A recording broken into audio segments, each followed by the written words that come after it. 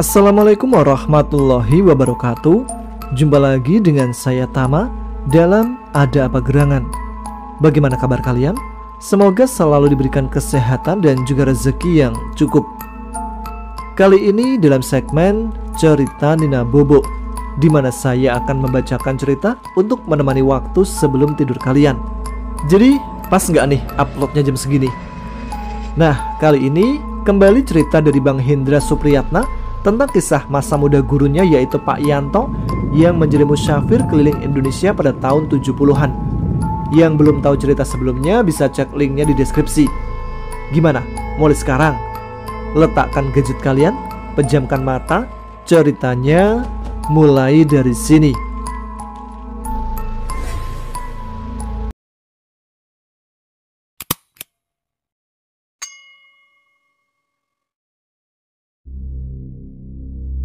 Assalamualaikum, kembali dengan saya Hendra Supriyatna yang akan melanjutkan kisah perjalanan guru spiritual saya, Pak Yanto, keliling Indonesia untuk menancapkan paku emas sebagai tugas yang diberikan oleh kakeknya.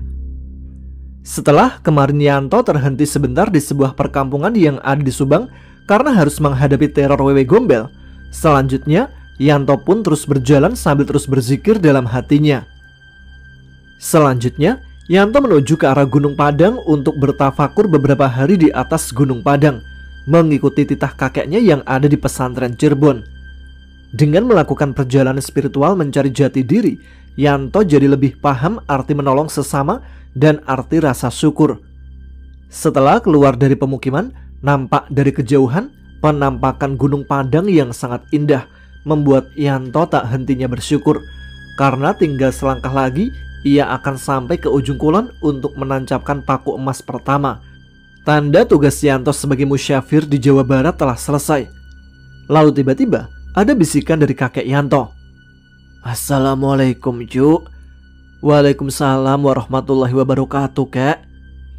"Kamu harus menaiki puncak Gunung Padang dan bertafakurlah di atas sana, sampai ada seseorang yang akan menemuimu di atas Gunung Padang." "Iya, Kek. Lalu siapa yang akan menemui Yanto nanti di Gunung Padang, Kek?" "Nanti kamu juga akan tahu, Cuk. Tapi ada sedikit masalah dengan penghuni Gunung Gede Pangrango yang ingin menggagalkan upayamu supaya kamu tidak naik ke Gunung Padang, karena penghuni Gunung Gede tidak suka dengan terah dari Subang Larang." "Oh, iya, Kek. Apakah dulu ada permasalahan, Kek? Saya selalu dibantu harimau putih. Dia bilang diperintah oleh jin kakek putih, dan seperti ada dendam antara kakek jin hitam dan kakek jin putih. Sebenarnya mereka itu siapa, Kek?" "Panjang, Cuk, kalau diceritakan. Nanti kamu tanya langsung saja kepada jin kakek putih. Beliau adalah jin muslim. Dia akan datang menemuimu. Ya sudah, hati-hati. Tetaplah minta perlindungan hanya kepada Allah SWT. Jaga dirimu baik-baik. Ikhlaslah dalam melaksanakan peran musyafir dan ambil hikmah dalam setiap perjalananmu. Assalamualaikum." "Waalaikumsalam." Yanto pun terus berjalan dan tak terasa masuk waktu asar. Yanto bergegas melaksanakan sholat asar. Kebetulan ada sungai terlihat. Sekalian Yanto menuju sungai untuk mengambil air wudhu. Selesai mengambil air wudhu, Yanto pun bergegas melaksanakan sholat asar di atas daun pisang dengan sangat khusyuk. Di bawah rindangnya pohon-pohon besar dan suara gemericik air yang menambah kenikmatan tersendiri. Setelah selesai, dilanjut dengan berzikir sampai menjelang maghrib.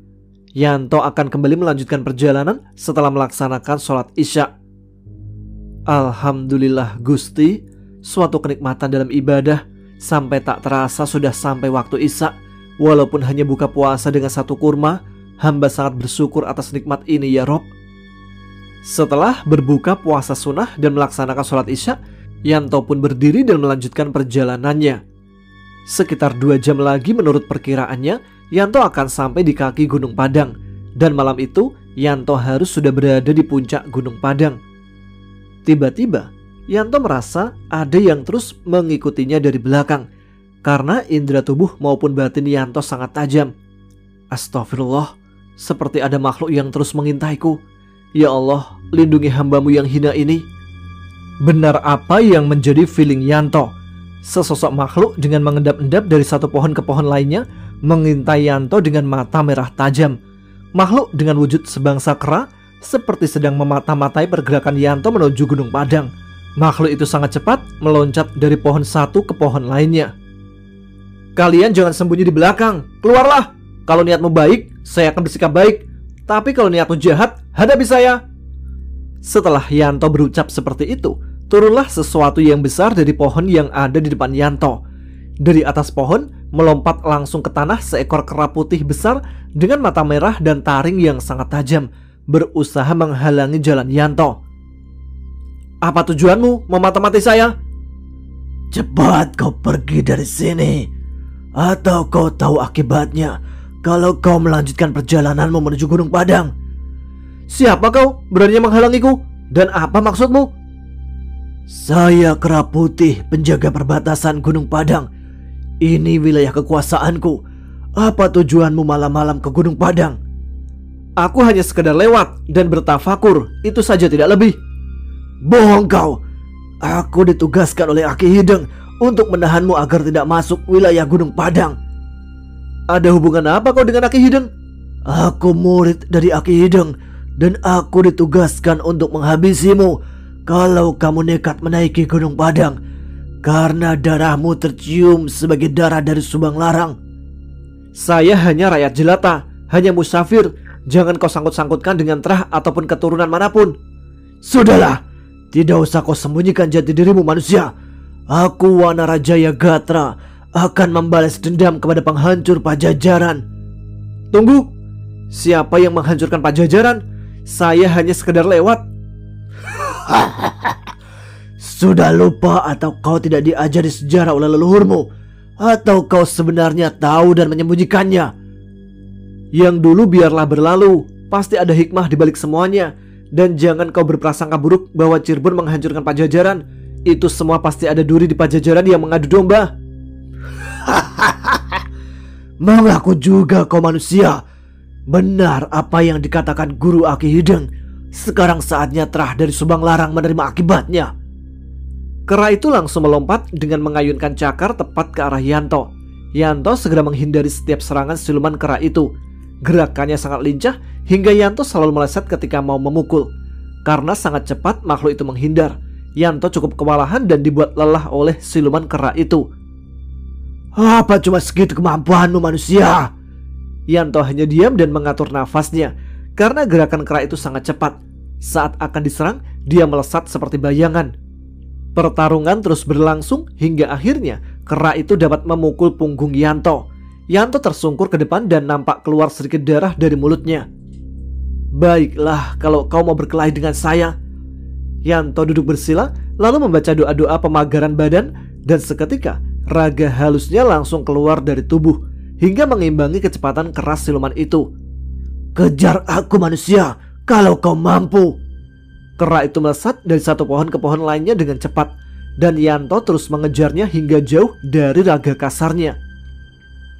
Dari balik semak-semak di belakang pohon telah berdiri 3 orang berpakaian serba hitam yang membawa tubuh kasar Yanto. Mereka membawanya ke arah Gunung Gede, sementara raga halus Yanto terus mengejar kera tersebut. Kera itu tertawa karena berhasil menjalankan strateginya. Dia lalu menghilang di rimbunnya hutan belantara di wilayah Sukabumi. Yanto yang tersadar bahwa dia sudah terlalu jauh dengan raga kasarnya seketika berhenti dan segera balik arah menuju raga kasarnya. Dengan cepat 3 orang itu membawa tubuh Yanto ke arah Gunung Gede. Entah ajian apa yang mereka gunakan hingga lari mereka sangat cepat.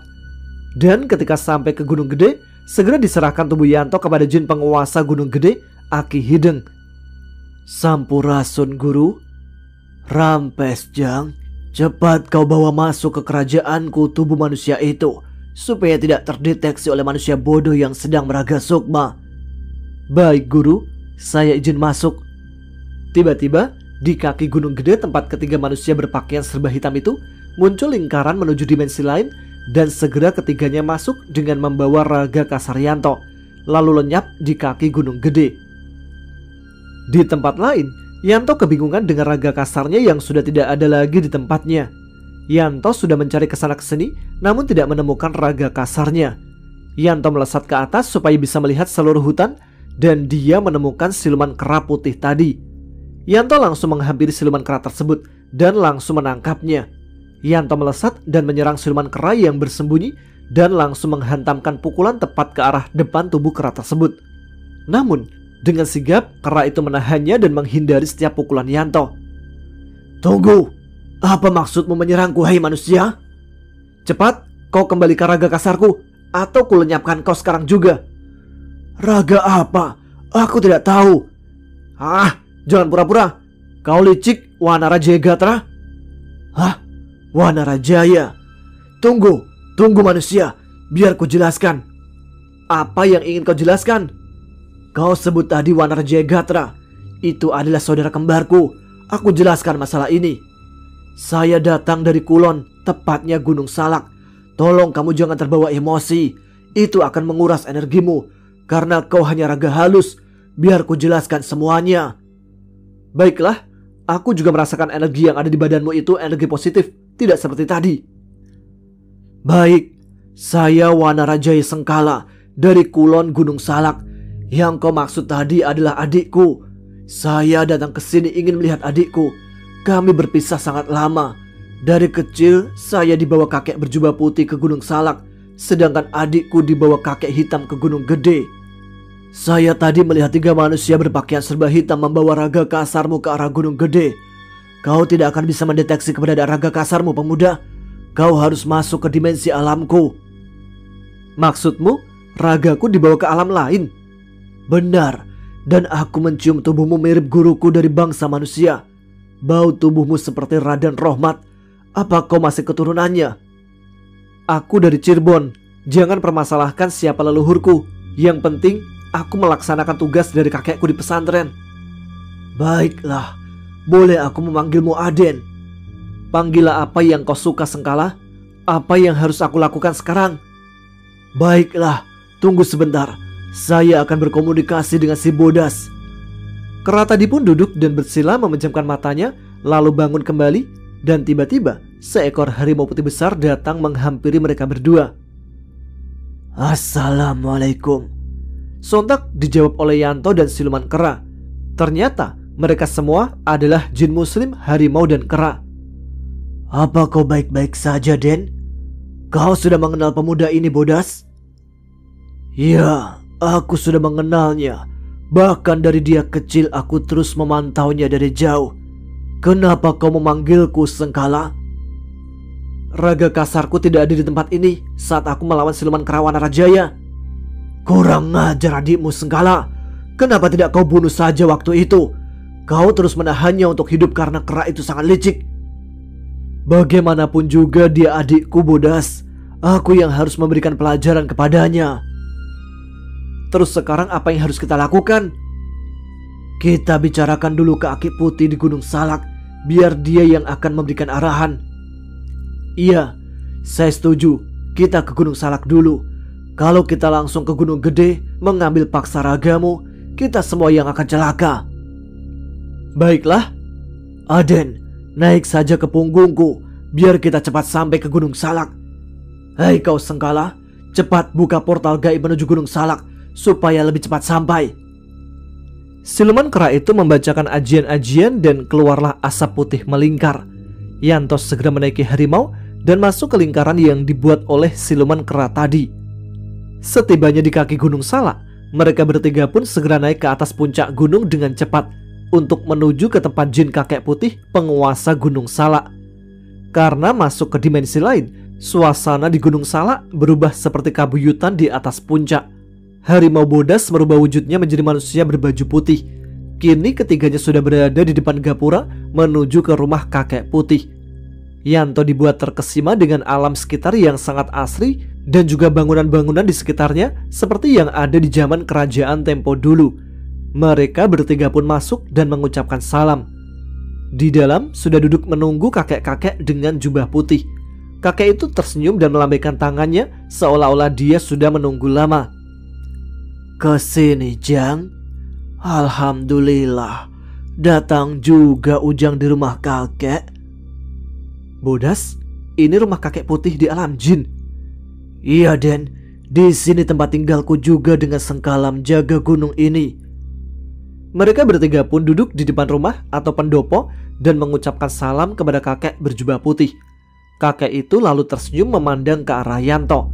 Mereka pun bersila menghadap kepada kakek itu. Assalamualaikum, Kek. Waalaikumsalam, Jang. Kumaha Ujang? Sehat? Alhamdulillah, Kek. Sae. Bagaimana pesantren sekarang yang diurus kakekmu, Jang? Pesantren baik saja, Kek. Malah tambah banyak santri-santri yang masuk ke pesantren. Alhamdulillah atuh, kalau semuanya baik-baik saja. Kalau boleh tahu, kakek ini siapa ya?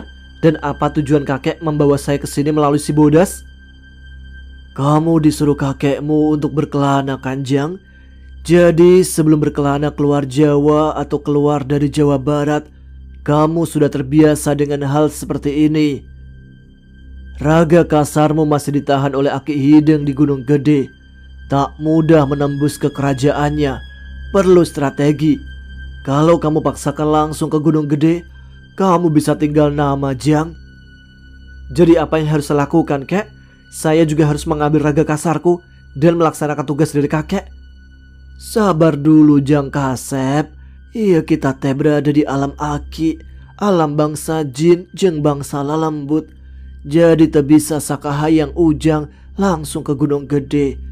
Ini biar jadi urusan kakek untuk melawan si Hideng. Apakah kakek dengan Aki Hideng bermusuhan sampai-sampai sangat marah pada saya? Padahal saya hanya numpang lewat. Ceritanya panjang, Jang. Kakek ceritain dulu pertama kalinya kakek bermusuhan dengan Aki Hideng itu, Jang. Begini awalnya. Awalnya di bangsa Aki, bangsa jin, dulu masa zaman Sang Hyang, Aki dan si Hideng berguru dididik dari kecil sampai dewasa di Gunung Galunggung. Dulu, si Hideng teman baik Aki dari kecil sampai besar, menuntut ilmu kadikjayaan di Karesian Gunung Galunggung. Sampai dewasa, Aki bersama Ki Hideng terus mengasah kesaktian di sekitar Gunung Galunggung. Pada suatu waktu, ketika Aki sedang mengasah ilmu dengan si Hideng, datanglah satu manusia yang melihat Aki dan si Hideng berkelahi dan mengasah ilmu. Aki melirik ke manusia itu. Apakah manusia itu bisa melihat Aki berdua? Hideng lalu berkata, "Coba kamu lihat manusia itu. Dia sedang mengintip kita. Dia bukan pemuda biasa. Dia bisa melihat kita." Iya, benar apa yang kau ucapkan. Ayo kita beri pelajaran ke manusia itu. Hideng dan Bodas menyerang pemuda itu dengan bersamaan, hingga pemuda itu pun bergeser dengan kuda-kuda yang kokoh. "Hei manusia, sedang apa kau mengintip kami berlatih?" "Aku hanya seorang pengelana dari tanah Sunda. Tidak sengaja aku melihat kalian beradu ilmu kesaktian." "Kau bukan pemuda biasa. Kau bisa melihat kami bangsa Sang Hyang." "Aku kira kalian manusia biasa yang mengadu kadikjayaan. Maaf, saya mengganggu. Biarkan saya pergi berkelana." "Tunggu dulu anak muda. Hadapi kami berdua kalau kau ingin selamat." Mereka berdua langsung menyerang pemuda tersebut. Alhasil, pemuda itu beradu kesaktian dan ilmu kadikjayaan. Pemuda itu sangat sigap, gagah, dan mampu menahan setiap serangan Hideng dan Bodas. Pertarungan itu cukup lama, hingga 3 hari lamanya, dan pemuda itu berhasil mengalahkan kakek dan si Hideng. Alhasil, kakek dan si Hideng ikut mengabdi kepada pemuda itu sampai mendirikan kerajaan Galuh Pakuan. Kakek terus mengikuti raja itu sambil memberikan nasihat-nasihat. Kakek sudah dianggap sebagai teman karibnya, bahkan seperti saudara. Kakek sangat dekat dengan raja itu, hingga membuat si Hideng mempunyai sikap yang tak biasa. Karena Hideng juga ingin dianggap sebagai penasihat, tapi raja banyak memilih nasihat-nasihat yang diberikan oleh kakek.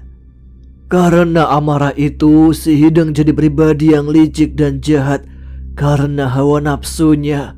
Sampai kakek menuju zaman di mana Raja Linggawangi terbunuh di Perang Bubat. Kakek merasa sedih dan berteriak karena yang kakek sudah anggap sebagai saudara terbunuh oleh Majapahit di Perang Bubat. Pada waktu perang, Kakek sedang menjaga anak dari Linggawangi yang bernama Prabu Niskala.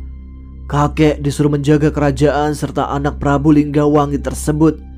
Sementara Prabu Raja bersama Dyah Pitaloka menuju Majapahit ditemani 90 pasukan karena ingin dinikahkan dengan Raja Majapahit. Prabu Raja dengan sedikit pasukannya lewat jalur air dengan perahu.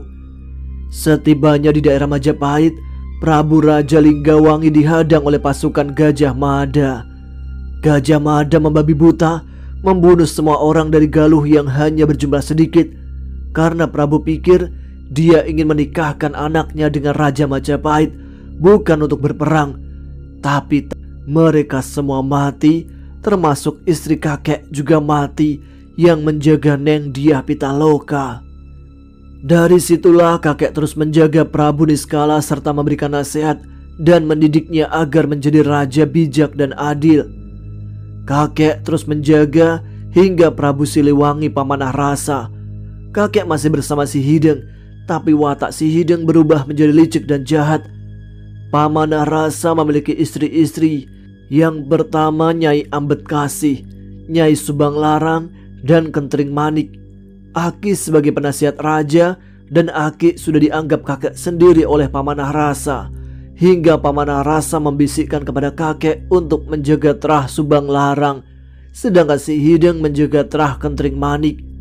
Tentu Ujang tahu anak-anak dari Subang Larang kan? Iya kek, Raden Cakrabuana, Nyimas Rara Santang, dan Pangeran Sengara atau Sunan Rohmat Suci.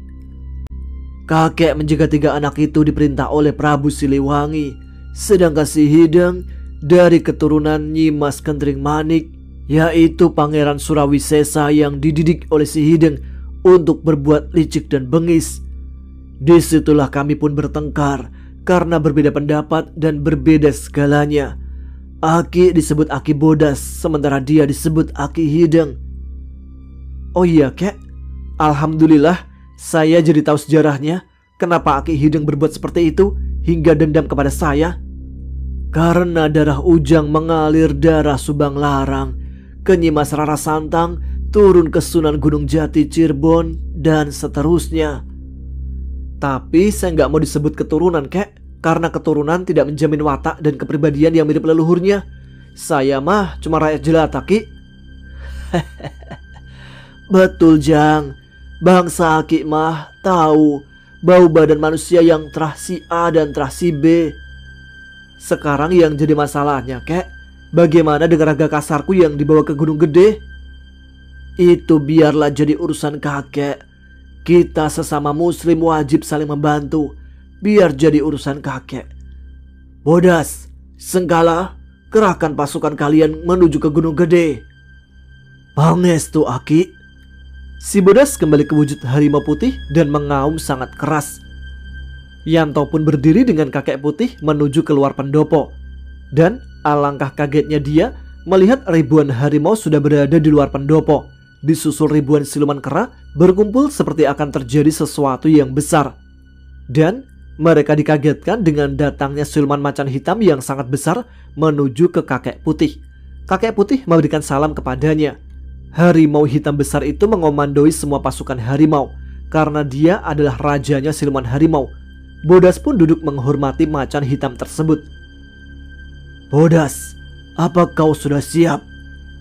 Pangestu pangeran, saya sudah siap. Baiklah kau Dharma, jaga anak itu. Jalankan strategi yang sudah kita sampaikan untuk mendapatkan raga kasar manusia ini.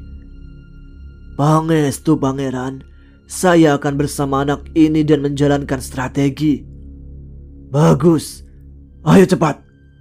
Pasukan harimau sudah siaga dengan komando dari macan hitam yang merupakan rajanya.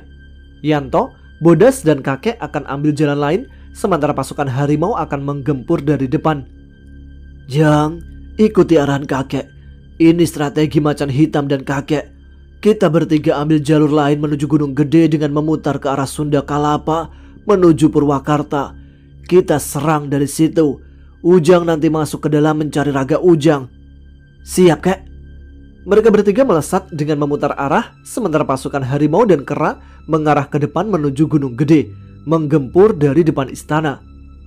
Setelah rencana dijalankan, tibalah pasukan dari Gunung Gede yang sudah bersiap di depan gerbang utama kerajaan gaib Gunung Gede. Di sana terdapat pasukan sebangsa buta raksasa dan siluman lainnya yang sangat banyak.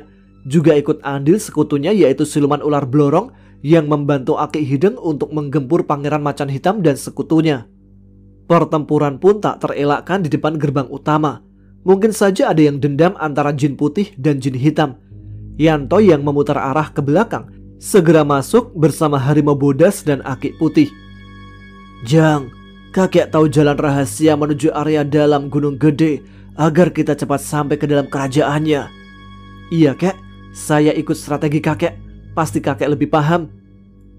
Sesampainya di alam gaib Gunung Gede, mereka bertiga mengendap-endap masuk dari arah belakang yang hanya dijaga oleh beberapa puluh penjaga dari bangsa siluman. Dengan cepat, Bodas mengalihkan penglihatan si penjaga. Harimau itu melesat ke arah samping hingga para penjaga mengetahui dan mengejarnya. Ketika tidak ada penjaga, Yanto dan Aki Putih masuk ke dalam dan segera naik ke tempat di mana raga Yanto ditahan. "Ayo Jang, ikuti kakek, karena kakek tahu di mana raga kasarmu ditahan." "Iya kek." Di lain tempat, pasukan harimau sudah mulai turun dan perang pun terjadi. Dengan dikomandoi oleh macan hitam besar, mereka saling hantam satu dengan yang lainnya dengan para prajurit penghuni Gunung Gede.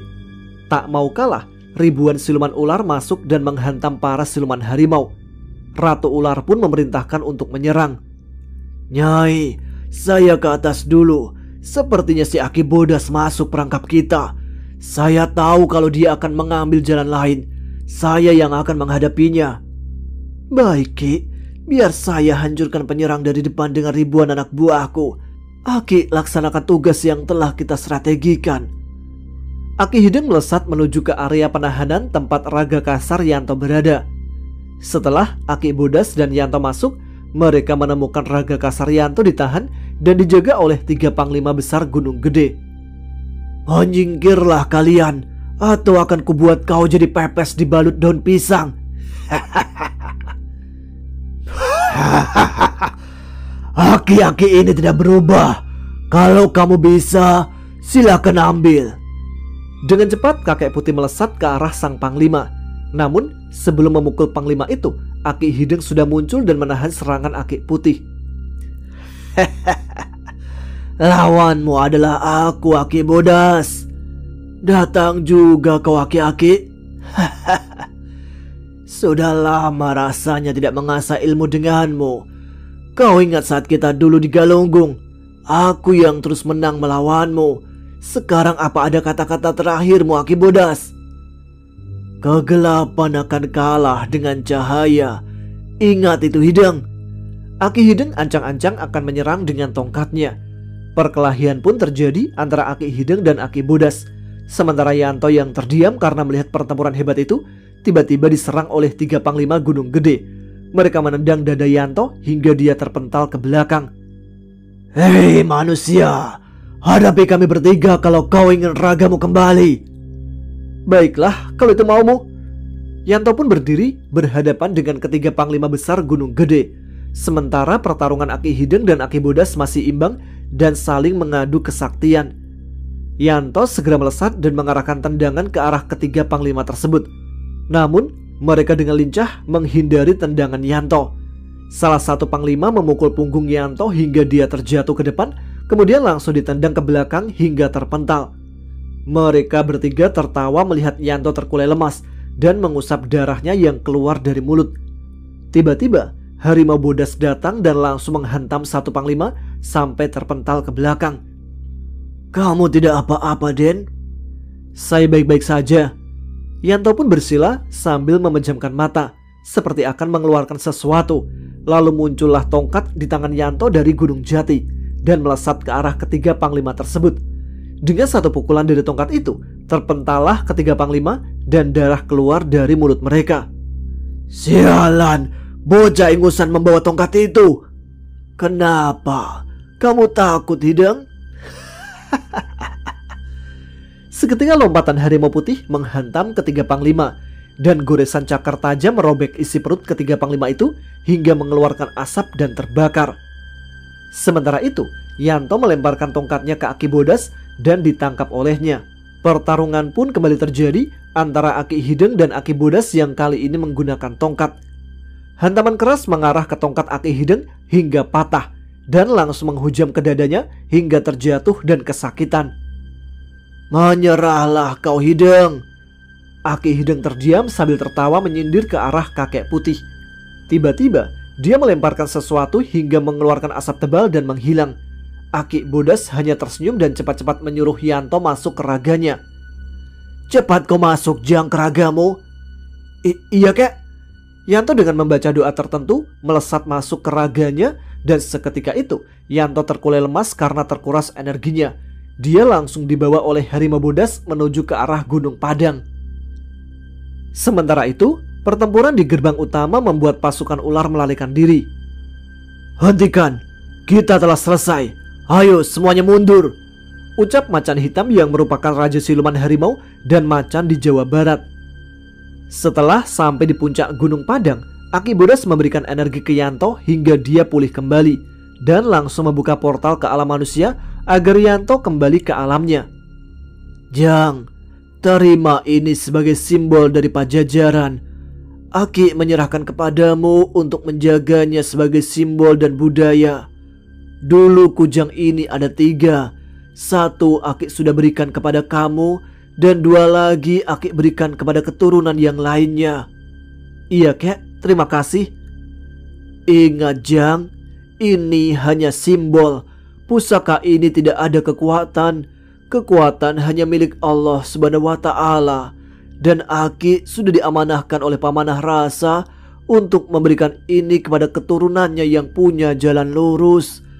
Jaga terus sholatmu dan bantulah orang yang meminta bantuan. Bersikaplah jujur dan bijaksana, Jang."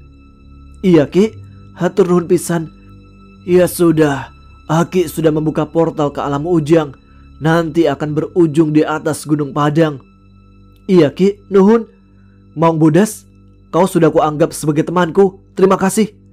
Yanto pun masuk ke portal menuju alam manusia dan dia langsung berada di puncak Gunung Padang.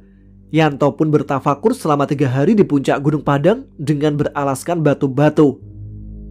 Hingga suatu malam di malam ketiga, ketika Yanto sedang khusyuk berzikir, tiba-tiba dia dikagetkan dengan datangnya angin yang menghempas ke wajahnya. Sontak Yanto membuka mata dan melihat ada seorang kakek berpakaian seperti resi sedang berdiri memandangnya lalu tersenyum. Kakek siapa?" "Panggil saja kakek Resi Guru. Bukankah kakekmu menugaskanmu untuk menemuiku?" "Iya, kakek bilang akan ada seseorang yang datang menghampiri. Itu saja kata kakek." "Sampaikan salamku kepadanya. Dan kamu, Cuk, sudah siapkah kamu? Aki akan bacakan kidung buatmu sebagai budaya Pajajaran." "Kidung?" "Ya, itu hanya budaya. Setelah ini kamu akan ke Sumatera, kan?" Kakek itu menghampiri Yanto yang tengah duduk bersila di atas sebuah batu. Kemudian dipeganglah kepala Yanto. Resi itu kemudian bersenandung syair-syair Sunda kuno. Setelah selesai, resi itu memberikan kain putih untuk diberikan kepada kakek Yanto. "Berikan kain putih ini kepada kakekmu.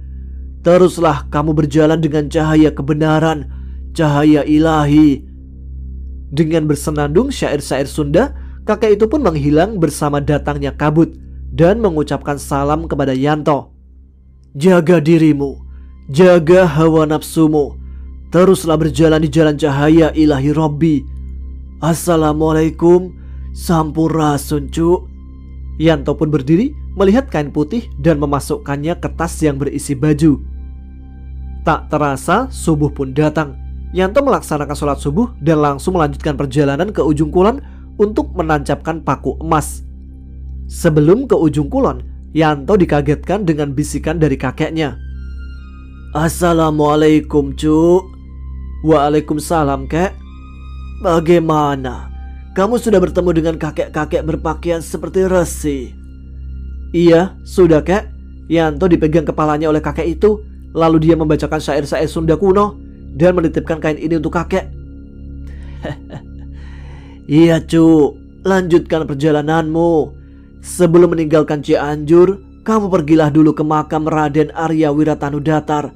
Berikanlah hadiah Fatihah dan Yasin. Lalu sesudah itu, kamu lanjutkanlah perjalanan ke ujung kulon untuk menancapkan paku emas pertama sebagai titik awal perjalananmu meninggalkan Jawa Barat.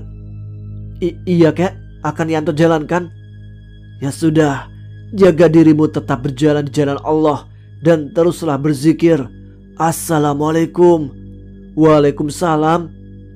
Yanto pun berjalan menuju ke makam penyebar Islam di Cianjur, yaitu Raden Arya Wiratanudatar. Beliau merupakan penyebar agama Islam di Cianjur yang merupakan anak dari Raden Arya Wangsa Goparana di daerah Sagalahirang, Subang. Setelah itu, dia melanjutkan menuju ke ujung kulon dan bertemu dengan kerajaan gaib Islam di sana. Setelah Yanto menancapkan paku emas di ujung kulon yang merupakan paku pertama sebagai awal keluarnya Yanto dari Jawa Barat menuju ke Sumatera. Sebelum ke ujung kulon, Yanto terus berjalan ke arah Banten melewati hutan Gantarawang yang dikenal sebagai hutan ribuan demit, yang konon banyak orang yang takut masuk ke hutan Gantarawang ini karena keangkeran tempat dan demit-demitnya yang sering menampakkan diri bila ada manusia yang datang untuk melewatinya. Bahkan banyak pula manusia yang hilang di hutan tersebut. Setelah menjalani perjalanan selama 4 hari, Yanto pun sampai di Banten untuk berziarah ke makam Sultan Hasanuddin, sekedar memberikan hadiah Fatihah dan membacakan surah Yasin. Sesampainya di Keraton Banten, Yanto berjalan menuju makam Syekh Hasanuddin dan langsung mengambil air wudhu, lalu sholat sunnah dilanjutkan dengan berziarah. Selesai melaksanakan ziarah, Yanto melanjutkan kembali menuju ujung kulon setelah melaksanakan sholat asar. Yanto pun kembali berjalan dan berzikir. Ada suatu kenikmatan bagi Yanto. Dia tidak lagi peduli dengan dunia. Dia sudah terbiasa dengan zikir dan sholawat hingga hanyut dalam zikirnya serta sholawatnya ketika sedang berjalan. Sesampainya di Kecamatan Tunjung Teja, Kabupaten Serang, Banten, Yanto melewati hutan Gantarawang tempat ribuan demit berkumpul. Pocong Duloh, Gendruwo, Kuntilanak, dan ada demit lain yang konon sering menampakkan wujudnya mengganggu manusia yang berani melewati hutan ini. Karena tidak ada jalan lain, terpaksa dia melewati hutan ini karena ada suatu energi dari tongkat yang dipakai oleh Yanto yang mengarahkannya ke arah hutan tersebut. Malam hari, setelah melaksanakan sholat isya di pemukiman warga, Yanto duduk di depan masjid, lalu pengurus masjid datang menghampirinya. Assalamualaikum, Nak. Waalaikumsalam, Pak. Sepertinya kamu bukan asli orang sini ya. Dan hendak kemana? Biar Bapak bantu. Kalau sekitar area sini alamat-alamatnya Bapak hafal. Nama saya Yanto, Pak. Saya dari Cirebon, hanya sekedar jalan-jalan dan mau ke ujung kulon, Pak. Oh, ujung kulon. Emang Nak Yanto ada keperluan apa mau ke ujung kulon? Tidak ada keperluan apa-apa, Pak. Cuman saya suka berkelana. Sebenarnya ujung kulon tempat yang sangat dikeramatkan oleh warga Banten. Tidak sembarang orang pergi ke sana kalau tidak ada tujuan. Saya pecinta alam, Pak. Jadi saya sangat suka dengan hal-hal berbau alam. Apalagi belum banyak yang dijamah orang. Iya, Nak, hati-hati. Tapi kamu jangan lewat hutan Gantarawang ya. Bapak khawatir terjadi sesuatu. Gantarawang? Kalau boleh tahu, itu tempat apa ya, Pak? Gantarawang tempat berkumpulnya para demit, Nak. Warga di sini saja takut untuk melewati hutan itu. Banyak orang yang menginginkan kedikjayaan masuk ke hutan itu, namun akhirnya tidak pulang kembali, alias hilang entah kemana. Jadi sebaiknya Nak Yanto jangan melewati hutan itu. Lebih baik memutar arah saja. Memangnya adik tadi lewat jalan mana? Bisa sampai ke sini? Saya dari Cianjur, Pak. Lewat ke desa Cibarusah, lanjut lagi sampai ke Tangerang. Saya ngambil jalur ke Balaraja, terus ke makam Sultan Hasanuddin untuk berziarah. Lalu saya sampai ke sini deh. Kenapa tidak ambil jalan ke Pandeglang saja, Nak? Kalau ke sini, Nak Yanto hanya putar-putar sambil menepuk keningnya. Gak apa-apa, Pak. Hitung-hitung cari pengalaman. Aneh kamu, Nak Yanto. Ya sudah, hati-hati di jalan. Bapak ingatkan, jangan kamu lewat hutan itu. Iya, Pak. Yanto pun pamit dengan mencium tangan marbot tadi untuk melanjutkan perjalanannya. Yanto juga tidak mau melewati hutan tersebut Tapi apa mau dikata, menurut bisikan kakeknya, Yanto harus melewati hutan tersebut untuk melanjutkan perjalanannya ke ujung kulon.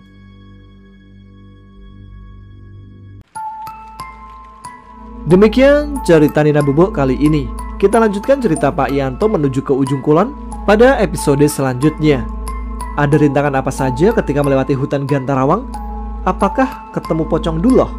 Pokoknya harus simak nih, soalnya Mas Hendra sudah mengirimkan versi setelah perjalanan ke ujung kulon. Semoga bisa menjadi renungan ya untuk kita dan mengisi waktu sebelum tidur kalian. Bagi yang punya pengalaman serupa bisa ditulis di kolom komentar, atau kalau mau dibacakan bisa dikirimkan juga ke email yang ada di deskripsi. Terima kasih untuk teman-teman sekalian yang telah menyimak. Semoga bisa tidur lebih nyenyak. Yang masih melek, jangan lupa tuliskan komen, tunjukkan eksistensi kalian. Saya Tama harus pamit. Selamat malam, selamat beristirahat, mimpi indah. Wassalamualaikum warahmatullahi wabarakatuh.